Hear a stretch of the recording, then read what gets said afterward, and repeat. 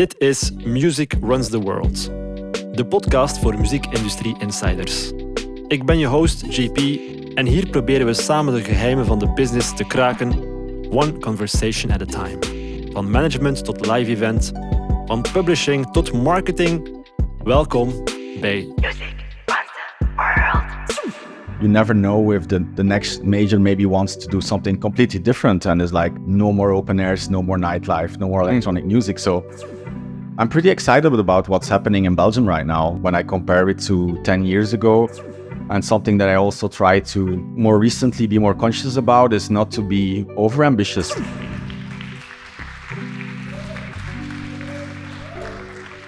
Thank you. Hi, Steven. Hey, Welcome to the camping site of Paradise City. thank you. Thank you for having me. It's a different setting than we're used to. This is a collaboration with Love Tomorrow, in which we want to talk about the future of music and the evolving landscape towards sustainability and mental health. So thank you for coming onto the podcast, because I know it's been a short night for you. You just came back. Nights, yeah. You just came back from Amsterdam. Yeah, we did our first tour stop for 30 years of Fuse in Brett in Amsterdam. We hosted the longest continuous party ever in Amsterdam, so it's still going until Monday at 6.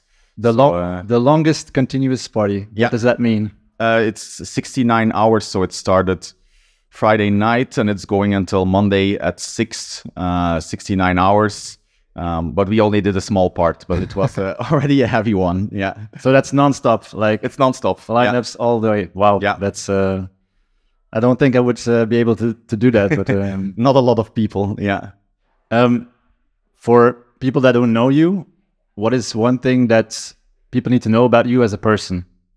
Ooh, tricky question. I love music. I've been organizing events now for 13 years, I think, of which now 5 as the creative director for Fuse.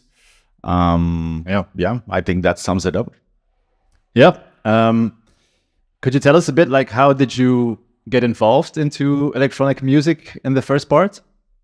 I discovered techno when I was about 15 years old through VTM News, of all things. Like, it was a small item about I love techno, and I was a big gamer back in the days, and this music with all these beats and bleeps reminded me a lot of Game Boy music, etc. So I was kind of hooked.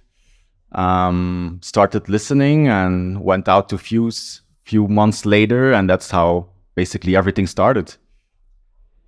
Sounds interesting. How did you get into the Fuse? Because you don't, like, all of a sudden become artistic director at Fuse. No. How did that journey start for you?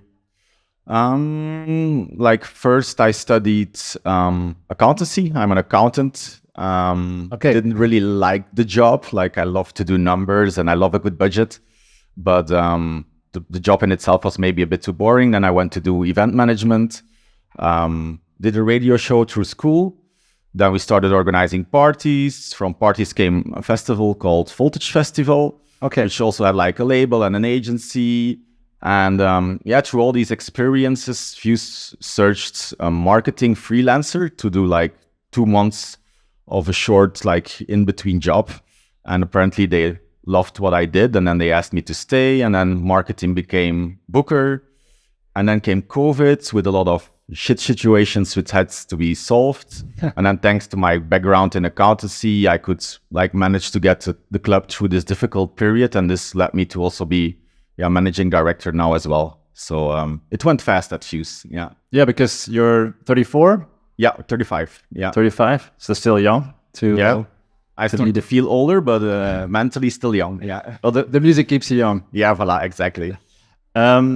Before I want to dive into the Fuse, I want to talk a bit about Crossroads, which is a concept that the Fuse has launched during the summer as festival. Quite special, actually, because it's under highways and under bridges in a nature domain like this one. Could you tell us a bit about the philosophy behind the festival? Basically, a few years ago, we had the impression that Brussels was lacking like some kind of city summer festival, like a bit closer to the center, a bit focused on the rougher side of electronic music, a bit faster, a bit more energetic, a bit more raw. And after a few months/years of searching, we stumbled upon the Vijverspark, which is like this beautiful green place, but with the bridges of Anderlecht above it. So you have this nice contrast between the lush green and like the really monumental bridges. And the idea was born as simple as that.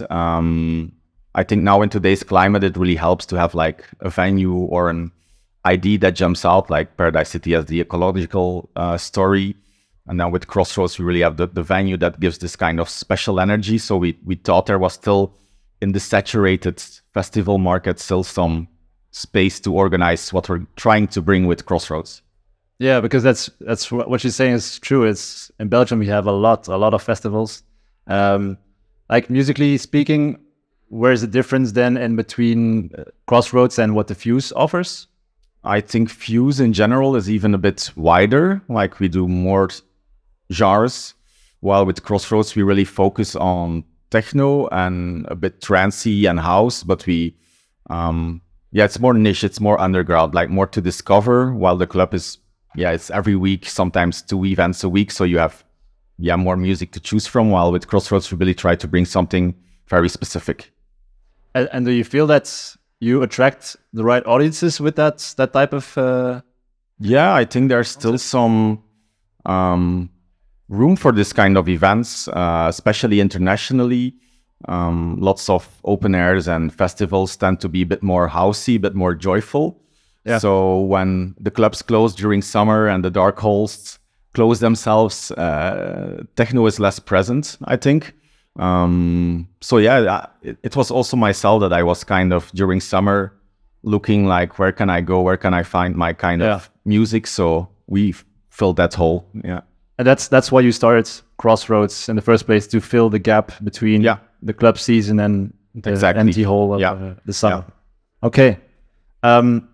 Because we want to talk a bit about sustainability, what it means, like when we have all these festivals using parks, using nature as their grounds. It's very intense for nature itself.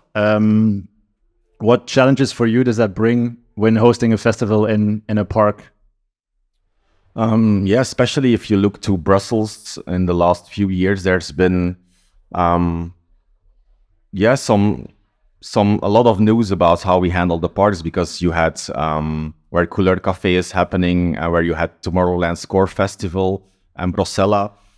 At the end of the summer, you could really see that the terrain has a big impact from these kind of big events. So it is a question of, as always in a big city, on how to balance everything. This is public space, green public space, which is important for the inhabitants of the city. But on the other side, you also have the youth who wants to party, who wants to go to festivals. So you need to kind of find a balance between those two. It's not always easy to privatize a public space and claim it for a paying festival. So this is always a bit contradictory. So also for Crossroads, this is a case. But the good thing is it's the only festival that can happen there. And we work really closely with the city. It's also a festival where there are some plants that are protected. So we have to be very careful which sides of the terrain we can use and which we can't. So we also employ an eco-manager to help us to have a real good tactic about how to not impact the terrain as much as possible. So it's something we have to be very careful about. But the good thing is that in Brussels, they're also kind of more conscious about this, and they prefer to have one festival in each park rather than 5 festivals in one park, which creates too much impact on one single park. So in this is like the new direction that the city wants to go, and in that case, Crossroads fits in well. Yeah. So is there a battle for space then? Because if they want to distribute the spaces and if there is enough space, how do you compete with other festivals in that sense? I think there's always, it's kind of a nightlife, electronic and music in general thing, that there's always not enough spaces.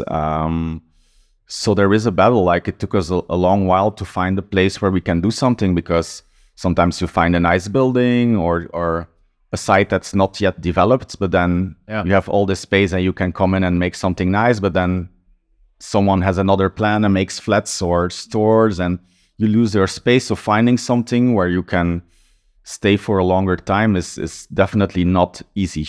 Yeah, it sounds hard. For like when you started the first Crossroads, what are some things you needed to put in place to be able to keep it as sustainable as possible? Like, are there some small hacks you can already put into place so that the nature's is returns in the best possible way? Mm-hmm. Well, one of the things that we do is like we really have like one drop-off zone where everything gets delivered and then dispatched over the terrain. While in the first year, all the big trucks just drove onto the terrain and then they damaged trees and the grass. Like now, we dispatch everything way more careful with people that are really nicely briefed. What also changed was in the first years, we weren't allowed to organize underneath the bridges, which is actually the place where no green is growing because there's no sun, no water. So it's a super dry, desert-like place. So there we had to shift the mindset a little bit and ask to get permission to organize under the bridges where we actually damage the nature the least. So this helped a lot to reduce the impact on the terrain. Okay. How long does it take actually to get something approved like this? Because I can imagine you need to lobby a lot to get stuff done. Especially in Brussels, it's pretty complicated. Like you have the municipalities, you have the Brussels Gewest. I don't know how you translate it. So there's always different parties involved. And like also now the Vijverspark is in some transition phase where they're going to hand over the park to Brussels Environment. Yeah.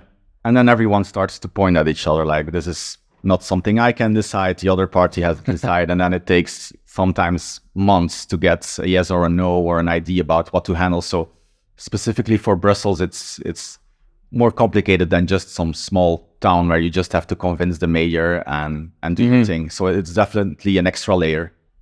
And why then do it in Brussels? Why not just go a bit outside where it might be easier to do?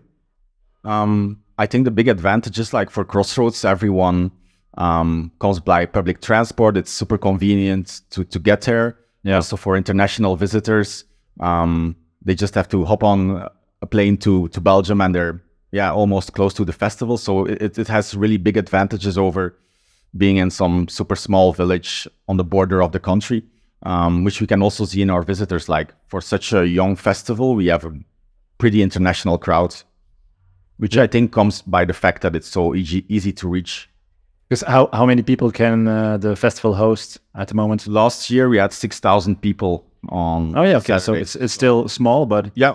It's nice to have an international crowds. Yeah, it's not easy, and especially after 3 years and without a camping site, that's a pretty high number. So it helps that there's a lot of hotels, youth hostels. So this really helps for people. There's enough options to sleep over.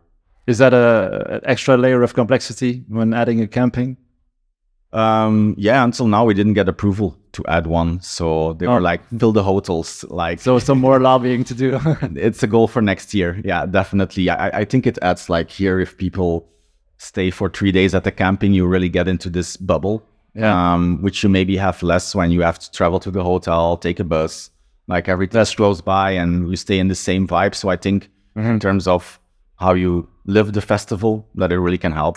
Even een korte boodschap van algemeen nut. Vind je deze podcast leuk? Of heeft het je al iets kunnen bijbrengen? Can you show it some love? Volg of abonneer je op Spotify, YouTube, of waar je ook luistert. En deel het gerust met een vriend, want hoe meer liefde deze podcast krijgt, hoe interessanter de gasten worden. Back to the podcast. Yeah, it helps build your community. Like people are connected. You connect on the camping site as well after the party. Yeah, exactly. So you guys are celebrating 30 years of Fuse. You haven't been with Fuse 30 years, but I'm guessing you've been following in for a while now. How does that make you feel to be able to set the tone like 30 years in the game? It's pretty crazy to think about it. Like we're writing a book about it, and if you hear all these stories of these people and what it means for so many people as well, like parents who met each other at Fuse, and and a really important part of everyone's life, and the location itself was also always culture before that. So even besides Fuse, it's a place that has a pretty big historical meaning to a lot of people. So even for us, it's pretty crazy to grasp the idea that it's been there so long, because as far as I know, I think only Tresor in Berlin is open longer than Fuse by 3 years. So it is quite a thing. Yeah. So it's not only a landmark for you, but it's like for electronic music history. Yeah, it's a pretty special thing, and especially if you consider that it's still at this exact same place in the city center. That's even more crazy. Wouldn't be possible, I think, today to open it in this kind of space. No, but I mean, you have the fair share of troubles with that space since it's in the center. You guys were closed actually last year, so thank God you guys were able to reopen. But how do you handle all that trouble, like in the neighborhoods with politics and stuff?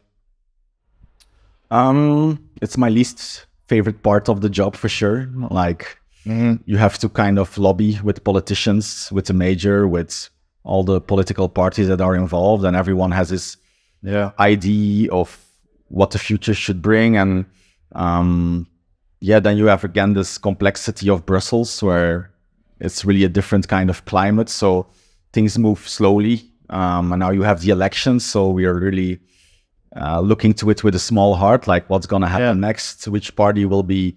You told me you never lived these elections so vividly. No. It's like I've always followed politics, but this time there's really this extra thick layer of, every major has his own vision of how the city should live. And in all honesty, the current major is really pro events. Like it's very easy to host an open air, to do events. Like he wants the city to be alive. So you never know if the next major maybe wants to do something completely different and is like, no more open airs, no more nightlife, no more electronic music. So it's always a bit waiting to see what his or her idea is going to be. Yeah, it sounds tricky. Do you plan on staying in the same location, or you want to like add 20 years in that same location, or are you able to detach from that if it were to come to that? Well, I think if we can stay, it's the nicest thing, because it's been such an important place, and it makes Fuse so special. When you enter, you can feel this kind of history. And if you exist 30 years, but it's only been 5 years at the last building, then it's a different kind of existing. Now it's like the place and the name is one thing. So if we can stay, we will, but it's still super unsure if that's even a possibility. So we are still looking around to see if there is a backup plan. But I think we will see after the elections what the next government will think about nightlife and how to protect it. Yeah, for sure. How do you keep your team then motivated? Because you have a team of people working besides you. You are, as a leader, you're trying to make everything just work. How do you manage that? Like working with people and keep them motivated, or when pressure is high on events? Luckily for most of us, it's always been a dream to work in music and in nightlife. So we've all worked very hard to get to this point. So we're not gonna stop after one setback.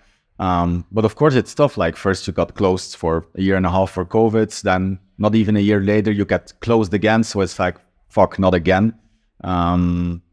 But then we did a petition, which got 70,000 signatures, which was really huge. Yeah. And then you kind of, know again, like, okay, this is a special place. It kind of made us see that when you work every day in Fuse, you kind of forget where you're working. And then with this kind of support, you are like, okay, this is special. We have to fight for it. We have to continue, even if it's not easy. People really care, actually. If you have 70,000 people signing up to say like, no, don't close this club. Some people spend a very big part of their life in that place. So it hits really, really big. Also on an international scale, like we got a lot of signatures abroad as well. So that gives a lot of courage for sure. Yeah, when I listen to interviews of even DJs talking about Fuse, they talk about it like it's coming home. Like for a lot of people who've been in the game for so long, it's been a landmark in their touring schedule and music just evolving in that temple. So some DJs have been there for playing there for 30 years, almost every year. And they're now on the compilation that we're going to release. So it's been a long journey. It's not something you can recreate with a new club. So you've been through this whole phase where electronic music got so big and you saw everything happen together. So that creates like a different kind of connection. Yeah. So how is the community evolving? Because if you're 30 years in, music keeps on evolving, new trends, new genres, new types of electronic music, meaning you have people that like the olds, you have new people coming in, new generations. How do you find, if there's a balance to find, how do you find a balance between those generations, or how could you like get them all on the same page and into one community? That's really difficult because everyone has an opinion about what Fuse was, what Fuse is, what it should be. Yeah. The longer you stay alive, the more people have experienced it in their way, and that they're not so open-minded to change or to develop. While when they were young, they also went out to music no one understood, or in my days it was better. Yeah, it's always the same. Like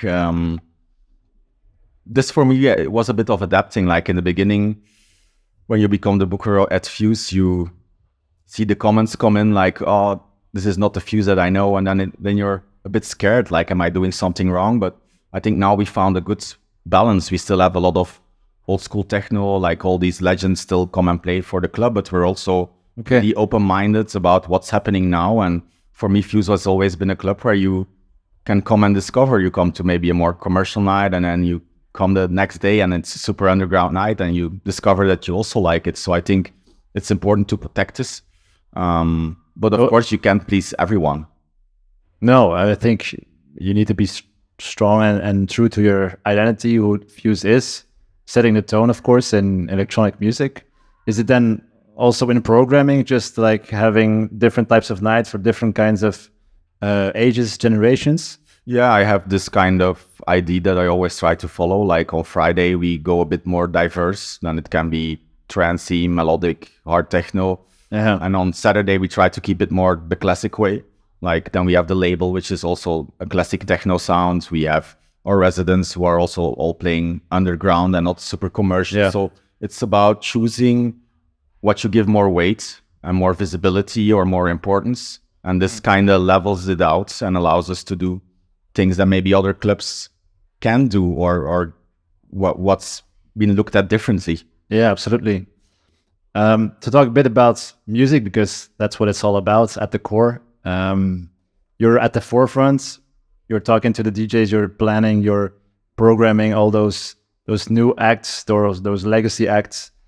How do you see like the music itself evolve in a landscape where AI is more prevalent in music, where social platforms kind of dictate what the trends are? How do you circle around that, or how do you use that to keep up with the evolving music landscape? Yeah, it's an interesting question because we all don't know where it's going to go to. Like in the future, we can imagine DJs who play DJ sets only with their own created AI music that they just keep for themselves, and that can give them a very specific sound. On the other hand, maybe music will become less valuable because we can create it en masse. And maybe this era where social media is important and going viral with a clip rather than going viral with a tune you made is going to be even more present. So no one knows where this AI trend is going to go, but it's definitely going to impact the scene a lot. And I think we'll have to navigate it a bit differently. Maybe live sets will become more important again, so that you can show on stage that you're not just a DJ, but also someone who can jam live in a club.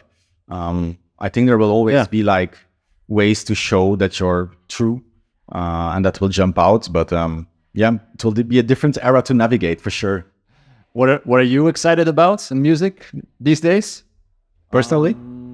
I'm pretty excited about what's happening in Belgium right now. Like when I compare it to 10 years ago, we didn't have that, I'm not going to say strong locals, but they were maybe less loved. Like it was all about headliners, and locals served like an early or a late slot to kind of start and end the night. While now you can see that we have really strong locals who play also in other countries. And Brussels is becoming a thing. I'm also hearing more and more stories about DJs moving from Berlin and Amsterdam to Brussels. Like it's really alive, and you can feel there's more clubs, more events, more spaces, more studios being built. So I think it's really exciting. I don't think the local scene has been ever so diverse and strong in terms of electronic music as it has been specifically for Brussels. And is it something you put an emphasis on yourself, pushing it from the club and from Crossroads, like really pushing local talent? Yeah, it's like one of the first things I did when I arrived at Fuse was to create a residency team, because they give you this face, you know. Because there wasn't a residency team when we used to have Pierre and Deck back in the days who always played, but then they got older and that they didn't get replaced. And then we like specifically focused on 5 house and 5 techno residents, mainly from Brussels, but could also be Belgium. And they had to produce music and have international potential. And then as a club, as Fuse, who has been there for 30 years and who is known in Europe, have this window where you can show these people. So I think it's important for clubs to use that. Like you can't just go from your bedroom to a big stage at Paradise City. You need to be able to play small parties, playing clubs. Unless you have a big TikTok hit or something. But then it can go fast. But I don't know if you're going to get that from your bedroom. No, and I think the show won't be that good either. You need to be able to practice, and I think you need to tell it. I mean, as a DJ, I think you need to tell a story. When you need to play more than an hour of sets, it's telling a story, and people will gravitate to that. It's just that we're so conditioned to hit, or just having everything so snackable that we don't take the time to listen, really. Yeah, no, when I was still DJing, when I was like 23, I had the opportunity to play a lot at Decadence in Ghent. And I could play small nights on a Wednesday and bigger nights on a Saturday and all kinds of genres. And I could fail. Like I had a lot of technical shit and things went wrong, but it was a small club, so it could happen. You don't want this stuff to happen when you're playing Paradise City or whichever big festival. You want to be prepared, and you want to have had all these kind of things happen before at smaller places with less pressure. So I think it's really important to go to this curve. And sometimes it also gets a bit lost because people become so big so quickly. Absolutely. While I think I can hear someone who has been playing records for a long time that tells a nice story and that can really adapt to a dance floor. Like if you're growing super quick because it went viral on TikTok, then maybe you're good at playing one banger after the other, but that's not what DJing is about. It should go up and down, and it should really tell a story, and that's where experience comes in. No, I agree. And how do you select the talents or the residencies? Because I can imagine a lot of people might want to contact you or send you demos. How do you go about selecting the people that you want to give a chance? It's really a mixture of everything: going to parties, meeting people, going out, getting a lot of mails, listening to a lot of sets. It's a little bit a mixture of everything. Like I also look like who's organizing parties, who's making an impact on the local scene, who is doing cool radio shows, or who's really pushing the scene with you. Yeah, that's important. Like everyone can DJ, but what are you gonna do with it? Is there something you wanna add to the scene? Do you wanna throw a different kind of party? Do you wanna play some music that's underrepresented, or can you gather like the super nice atmosphere and crowd at your party? So that's stuff we're still looking for people who jump out in one way or another. Yeah, for sure. I mean, it's about bringing people together. So that's what it's all about. Yeah. How's that for you personally? Because it's nightlife, it's festivals, it's high pressure. Are you a night person? Actually, I'm a morning person. Morning starts at 1:00. Sometimes they laugh at me when I'm in the backstage with my tiny eyes, tired after a heavy work week. But yeah, it's tough. But as you get older, you become wiser and you choose your nights more, and you skip a weekend now and then to get a little bit back on your feet.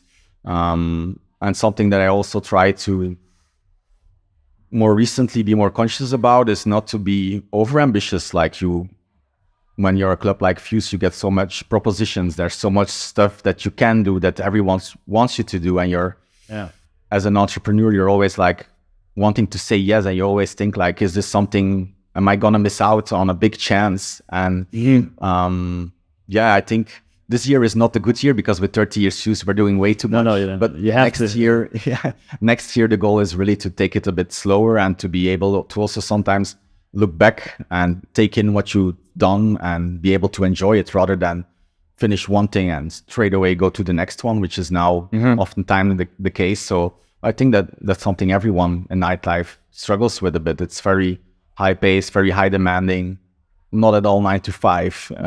Not at all. Yeah. Everything's so blurry between work and private life and your hobby. Yeah, because you're in entertainment, so it's somehow a fun environment, but work needs to be done. So it's a passion. Like you decide, am I gonna read a book or answer my 20 next mails? You know. Hate to love it. And is that a message that you carry on to your team as well? Like, I get the whole part of not being ambitious, but picking your battles in a sense. Is that something you consciously communicate it as well to your team?